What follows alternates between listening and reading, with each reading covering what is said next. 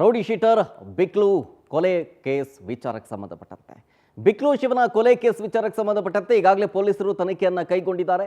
7 ಆರೋಪಿಗಳು ಅರೆಸ್ಟ್ ಆಗಿದ್ದಾರೆ. ಈಗ ಪ್ರಕರಣದ ಪ್ರಮುಖ ಆರೋಪಿ A1 ಜಗ್ಗ ಇದನಲ್ಲ, ಇವನು ಇನ್ನೂ ಸಿಕ್ಕಿಲ್ಲ. ಈತನಿಗಾಗಿ ಶೋಧ ಕಾರ್ಯ ಮುಂದುವರೆಸಲಾಗ್ತಾ ಇದೆ ಅಂತ ಹೇಳಲಾಗ್ತಾ ಇದೆ. ಹೊರ ರಾಜ್ಯದಲ್ಲಿ ತಲೆಮರೆಸ್ಕೊಂಡಿದ್ದಾನೆ ಜಗ್ಗ ಅಂತ. ಸದ್ಯ ಉತ್ತರಾಖಂಡ ಭಾಗದತ್ತ ತಲೆಮರೆಸ್ಕೊಂಡಿದ್ದಾನೆ ಜಗ್ಗ ಅನ್ನೋ ಮಾಹಿತಿ ಸಿಕ್ಕಿದೆಯಂತೆ ಪೊಲೀಸರಿಗೆ. ಕೊಲೆ ಆದಮೇಲೆ ತಮಿಳುನಾಡು ಮೂಲಕ ಜಗ್ಗು ಪರಾರಿಯಾಗಿದ್ದಾರೆ ಅಂತ. ಸದ್ಯ ಉತ್ತರಾಖಂಡದಲ್ಲಿ ತಲೆಮರೆಸ್ಕೊಂಡು ಈಗ ಜಾಮೀನಿಗಾಗಿ ಟ್ರೈ ಮಾಡ್ತಿದ್ದಾನೆ ಜಗ್ಗ ಅಂತ. ಅಲ್ಲೇ ಕೂತ್ಕೊಂಡು ಜಾಮೀನು ಪಡೆಯೋದಕ್ಕೆ ಟ್ರೈ ಮಾಡ್ತಿದ್ದಾನಂತೆ ಜಗ್ಗ. ಎಲ್ಲವೂ ಪೊಲೀಸರಿಗೆ ಮಾಹಿತಿ ಸಿಗ್ತಾ ಇದೆ. ಈತ ಕೊಲೆ ಆದಮೇಲೆ ತಮಿಳುನಾಡಿಗೆ ಎಸ್ಕೇಪ್ ಆಗಿದ್ದ. ಈಗ ಸದ್ಯ ಉತ್ತರಾಖಂಡ ಭಾಗದಲ್ಲಿ ತಲೆಮರೆಸ್ಕೊಂಡಿದ್ದಾರೆ ಅನ್ನೋದು ಗೊತ್ತು ಪೊಲೀಸರಿಗೆ. ಜಗ್ಗ ಬೇಲ್ಗಾಗಿ ಟ್ರೈ ಮಾಡ್ತಿದ್ದಾನೆ ಅನ್ನೋದು ಗೊತ್ತು.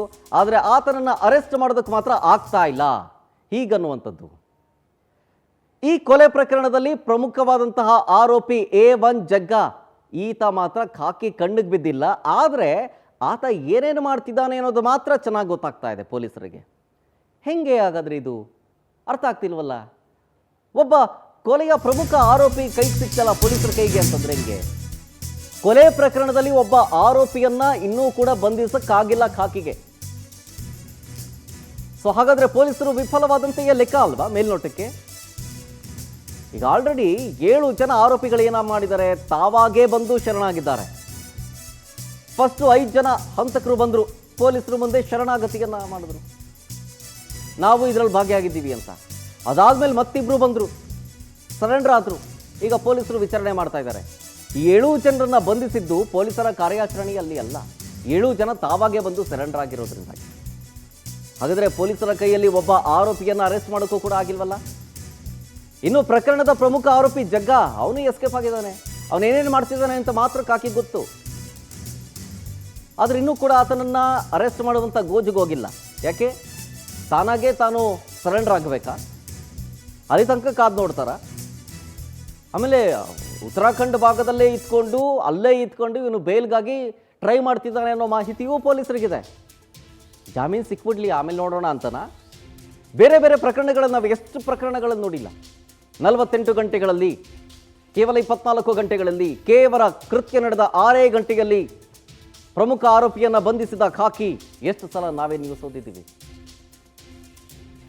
ಆದರೆ ಬಿಕ್ಲು ಶಿವನ ಮರ್ಡರ್ ಕೇಸ್ನಲ್ಲಿ ಒಬ್ಬ ಪ್ರಭಾವಿ ಇದ್ದಾನೆ ಅಂತನೋ, ಅಥವಾ ರಾಜಕೀಯ ಗಣ್ಯ ವ್ಯಕ್ತಿಗಳ ಪ್ರಭಾವ ಇದೆ ಅಂತನೋ, ಜೊತೆಗೆ ಸ್ಯಾಂಡಲ್ವುಡ್ ನಂಟಿದೆ, ದೊಡ್ಡ ದೊಡ್ಡ ನಟರ ನಂಟಿದೆ ಅಂತನೋ, ಈ ಥರ ಪ್ರಭಾವಿ ವ್ಯಕ್ತಿ ಆಗಿಬಿಟ್ಟಿದ್ದಾನೆ ಹೀಗನ್ನುವಂಥ ಗೋಜ್ಗೆ ಹೋಗ್ಲಿಲ್ವಾ?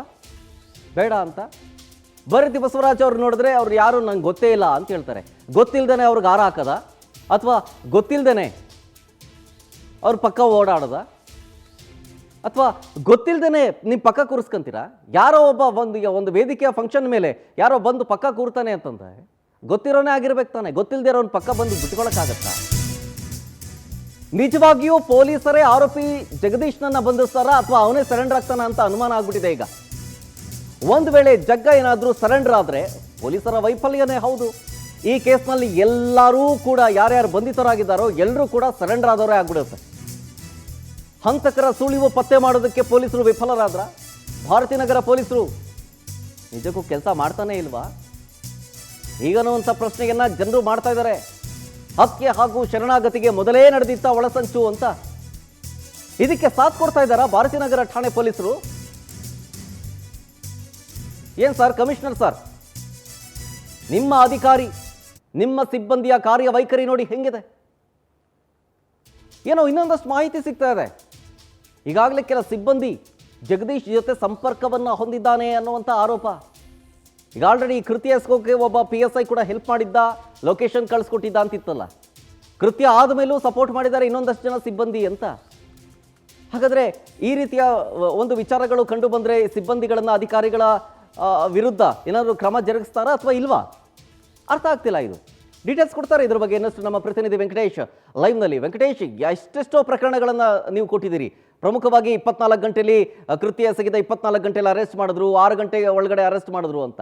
ಆದರೆ ಬಿಕ್ಲು ಶಿವನ ಮರ್ಡರ್ ಕೇಸಲ್ಲಿ ಮಾತ್ರ ಹಂಗೆ ಆಗ್ತಾ ಇಲ್ಲ. ಅರೆಸ್ಟ್ ಆಗಿ ಅಥವಾ ಈಗ ಬಂಧನಕ್ಕೊಳಗಾಗಿದ್ದ 7 ಜನರು ಕೂಡ ತಾವಾಗೇ ಬಂದು ಸರೆಂಡರ್ ಆಗಿದ್ದವರು.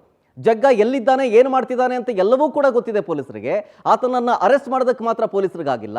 ಅಲ್ಲಿಗೆ ಈತನೂ ಶರಣಾಯಿತು ಅಂತಂದರೆ ಪೊಲೀಸರು ಏನೂ ಮಾಡಲಿಲ್ಲ, ಆರೋಪಿಗಳೆಲ್ಲರೂ ತಾವಾಗೇ ಬಂದು ಶರಣಾಗ್ತಾ ಇದ್ದಾರೆ ಅಂತಂದರೆ ಪ್ರೀ ಪ್ಲ್ಯಾನ್ ಮಾಡ್ಕೊಂಡಿದ್ದಾರೆ ಅಂತ ಅನುಮಾನ ಬರುತ್ತೋ ಇಲ್ವೋ? ಹೌದು ಶರತ್, ಯಾಕಂದರೆ ಈ ಪ್ರಕರಣ ಆದ ನಂತರ ಸಾಕಷ್ಟು ಚರ್ಚೆಗೆ ಬಂದಂಥ ಶಾಸಕ ಬೈರತಿ ಬಸವರಾಜ್ ಅವರ ಹೆಸರು, ಅವರ ಜೊತೆಗೆ ಆಪ್ತ ವಲಯದಲ್ಲಿ ಗುರುತಿಸಿಕೊಂಡಿದ್ದಂತಹ ಜಗ, ಈ ಇಬ್ಬರು ಕೂಡ ಆ ಪ್ರಕರಣದಲ್ಲಿ ಆರೋಪಿಗಳಾಗ್ತಾ ಇದ್ದಂತೆ ಕೂಡ ಉಳಿದ ಆರೋಪಿಗಳು ಕೂಡ ಅಲರ್ಟ್ ಆಗಿದ್ರು, ಎಸ್ಕೇಪ್ ಆಗಿದ್ರು.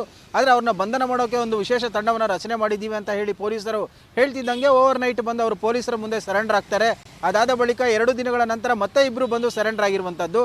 ಆದರೆ ಕೊಲೆ ಆದಂತಹ ವೇಳೆಯಲ್ಲಿ ಪೊಲೀಸರು ಬೇಸಿಕ್ ಆಗಿ ಟವರ್ ಲೊಕೇಶನ್ ಅನ್ನು ಮಾಡಬೇಕು, CCTVಗಳ ಪರಿಶೀಲನೆಯನ್ನು ಮಾಡಬೇಕು, ಆರೋಪಿಗಳು ಎಲ್ಲಿದ್ದಾರೆ ಯಾರು ಅನ್ನೋದ್ರ ಬಗ್ಗೆ ಪತ್ತೆ ಮಾಡಿ ಅವ್ರನ್ನ ಅರೆಸ್ಟ್ ಮಾಡಬೇಕು. ಅದನ್ನು ಬಿಟ್ಟು ಪೊಲೀಸರ ಒಂದು ಕಾರ್ಯವೈಖರಿಯನ್ನು ನೋಡ್ತಾ ಇದ್ರೆ ಈ ಹಿಂದೆ ಕೂಡ ಇದೇ ಪ್ರಕರಣದಲ್ಲಿ ಪೊಲೀಸರು ಭಾಗಿಯಾಗಿದ್ದು, ಅಂದರೆ ಆತ ಮನೆ ಒಳಗಡೆ ಇರುವಂಥದ್ದನ್ನು ಪಕ್ಕ ಒಂದು ಲೊಕೇಶನ್ ಅನ್ನು ಕೊಟ್ಟು ಕೂಡ ಆರೋಪಿಗಳಿಗೆ ಸಹಾಯ ಮಾಡಿದ್ರು ಅನ್ನುವಂಥ ಮಾತು ಕೂಡ ಕೇಳಿ ಬಂದಿತ್ತು. ಅದಕ್ಕೆ ಪುಷ್ಟಿ ನೀಡುವಂತೆ ಕೂಡ ಈ ಆರೋಪಿಗಳ ಜೊತೆ ಪೊಲೀಸರು ಶಾಮೀಲಾಗಿರುವಂಥದ್ದು ಕೂಡ ಗೊತ್ತಾಗ್ತಾ ಇದೆ ಅನ್ನುವಂಥ ಅನುಮಾನಗಳು ಮೂಡ್ತಾ ಇದೆ. ಯಾಕಂದರೆ ಆರೋಪಿಗಳೇ ಬಂದು ಸರೆಂಡರ್ ಆದರೂ ಕೂಡ ಇದುವರೆಗೂ ಕೂಡ ಒಬ್ಬ ಆರೋಪಿಯನ್ನು ಕೂಡ ಪೊಲೀಸರು ಬಂಧನ ಮಾಡಿಲ್ಲ. ಕೇವಲ ನಾವು ಕೆಲಸವನ್ನು ಮಾಡ್ತಿದ್ದೀವಿ ಅಂತ ಹೇಳ್ತಾ ಇದ್ದಾರೆ ವಿನಃ ಯಾರೊಬ್ಬರು ಕೂಡ ಈ ಒಂದು ಪ್ರಕರಣದಲ್ಲಿ ಆರೋಪಿಯನ್ನು ಅರೆಸ್ಟ್ ಮಾಡ್ಕೊಂಡಿಲ್ಲ. ಹಾಗಾಗಿ ಪೊಲೀಸರ ಒಂದು ನಡೆ ಕೂಡ ಅನುಮಾನಕ್ಕೆ ಎಡೆ ಮಾಡಿಕೊಡ್ತಾ ಇದೆ. ಇನ್ನು ಪ್ರಕರಣ ಆದ ನಂತರ ತಲೆಮರೆಸ್ಕೊಂಡಿದ್ದಂತಹ ಜಗ್ಗ ಕೂಡ ಉತ್ತರಾಖಂಡದಲ್ಲಿ ಕೆಲವು ಬಿಸ್ನೆಸ್ಗಳನ್ನು ಹೊಂದಿದ್ದಾನೆ. ಹಾಗಾಗಿ ಆತ ಅಲ್ಲಿಗೆ ಎಸ್ಕೇಪ್ ಆಗಿದ್ದಾನೆ. ಸೊ ಅವನು ಆ ಕಡೆ ಹೋಗಿರ್ಬೋದು ಅನ್ನುವಂಥ ಅನುಮಾನಗಳು ಲಭ್ಯ ಆಗ್ತಾ ಇದೆ ಅಂತ ಕೂಡ ಹೇಳ್ತಾ ಇದ್ದಾರೆ. ಆದರೆ ಅವನನ್ನು ವಶಕ್ಕೆ ಪಡೆಯುವಂಥದ್ದು ಅಥವಾ ವಿಚಾರಣೆ ಮಾಡುವಂಥದ್ದಕ್ಕಾಗಲಿ ಕನಿಷ್ಠ ಅವನ್ನ ಅರೆಸ್ಟ್ ಮಾಡ್ಕೊಳ್ಳೋದಕ್ಕೂ ಕೂಡ ಇವರು ಮುಂದಾಗ್ತಾ ಇಲ್ಲ. ಹಾಗಾಗಿ ಪೊಲೀಸರ ಒಂದು ವೈಫಲ್ಯಗಳು ಕೂಡ ಎದ್ದು ಕಾಣ್ತಾ ಇದೆ. ಕಳೆದ ಒಂದು ವಿಚಾರಣೆಗೆ ಹಾಜರಾದಂತಹ ದಿನ ಕೂಡ ಇದೇ ಒಂದು ಜಗ್ಗನ ಒಂದು ಆಪ್ತರಾಗಿರುವಂತಹ ಶಾಸಕರು ಬೈರತಿ ಬಸವರಾಜ್ ಏನಿದೆ ಅವರು ಒಂದು ಪ್ರೆಸ್ ಮೀಟನ್ನು ಮಾಡ್ತಾರೆ. ಅಂದರೆ ಪೊಲೀಸರ ವಿಚಾರಣೆಗೆ ಬಂದು ಅಥವಾ ಅವರು ಹೊರಗಡೆ ಬಂದು ಮಾಧ್ಯಮಗಳ ಜೊತೆ ಮಾತಾಡುವಂತಹ ಸಂದರ್ಭದಲ್ಲಿ ಭಾರತೀನಗರ ಠಾಣೆಯ ಇನ್ಸ್ಪೆಕ್ಟರ್ ಕೂಡ ಮಾಧ್ಯಮಗಳನ್ನ ತಳ್ಳಿ ಅವ್ರನ್ನ ಮುಂದೆ ಕಳಿಸುವಂಥ, ಅಂದರೆ ಎಲ್ಲಾದರೂ ಒಂದು ಕಡೆ ಏನಾದರೂ ಒಂದು ಲೂಪಲ್ಲಿ ಹೇಳಿಬಿಡ್ತಾರೇನೋ, ನಮ್ಮ ತಲೆಗೆ ಏನಾದರೂ ಬಂದ್ಬಿಡುತ್ತೇನೋ ಅನ್ನೋಂಥ ಭಯದಿಂದ ಮಾಧ್ಯಮದವ್ರನ್ನು ಕೂಡ ಅವಾಯ್ಡ್ ಮಾಡುವಂಥ ಕೆಲಸವನ್ನು ಕೂಡ ಮಾಡಿದರು. ಸೊ ಈಗ ಇವೆಲ್ಲವನ್ನು ನೋಡ್ತಾ ಇದ್ದರೆ ಪೊಲೀಸರಿಗೆ ಇದು ಮಾಹಿತಿ ಮೊದಲೇ ಇದ್ರೂ ಕೂಡ ಯಾಕೆ ಸುಮ್ಮನೆ ಇದ್ರು ಅನ್ನುವಂಥ ಅನುಮಾನ ಮೂಡ್ತಾ ಇದೆ. ಸದ್ಯ ಅಂತಹ ಒಂದು ಭ್ರಷ್ಟ ಪೊಲೀಸರೇನಿದ್ದಾರೆ ಅವರ ವಿರುದ್ಧ ಒಂದು ಕ್ರಮವನ್ನು ತೆಗೆದುಕೊಳ್ಳೋಕ್ಕೆ ಈಗ ಆ ಪೊಲೀಸ್ ಆಯುಕ್ತರು ಕೂಡ ಒಂದು ಖಡಕ್ ಸೂಚನೆಯನ್ನು ಕೊಟ್ಟಿದ್ದಾರೆ. ಸೊ ಆದರೆ ಈ ಒಂದು ಪ್ರಕರಣದಲ್ಲಿ ಪೊಲೀಸರ ತಲೆದಂಡ ಆಗುತ್ತಾ ಅಥವಾ ಕೇವಲ ಆರೋಪಿಗಳು ಬಂದು ಸರೆಂಡರ್ ಆದಮೇಲೆ ನಾವು ಅವ್ರನ್ನ ವಶಕ್ಕೆ ಅರೆಸ್ಟ್ ಮಾಡಿದ್ದೀವಿ ಅನ್ನೋದನ್ನು ತೋರಿಸ್ತಾರೆ ಅನ್ನೋದು ಕೂಡ ತೀವ್ರ ಕುತೂಹಲ ಮೂಡಿಸಿರುವಂಥದ್ದು Sharath. Okay, thank you Venkatesh ಡೀಟೇಲ್ಸ್ಗಾಗಿ.